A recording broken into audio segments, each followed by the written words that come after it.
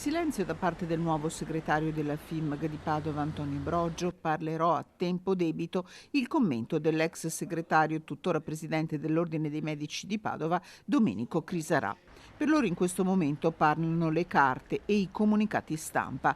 Le carte sono quelle della denuncia querela presentata dalla FIMG di Padova alla Procura.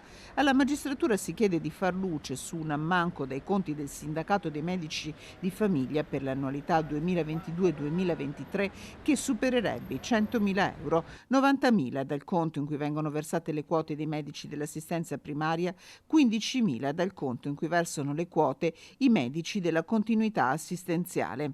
Spese che secondo il nuovo direttivo entrato in carica a inizio dicembre 2023 sarebbero riconducibili a Domenico Crisarà, che in qualità di ex segretario della FIMG di Padova poteva operare su quei conti.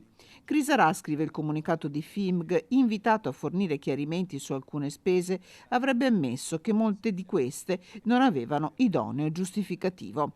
Un'operazione trasparenza, quella intrapresa dalla FIMG di Padova, che su questo ha coinvolto anche i vertici nazionali. Domenico Crisarà, appresa la notizia, ribatte e precisa che l'utilizzo dei fondi è stato sempre finalizzato ad attività istituzionali, aggiungendo: mi metto a disposizione delle autorità competenti per chiarire ogni aspetto della vicenda.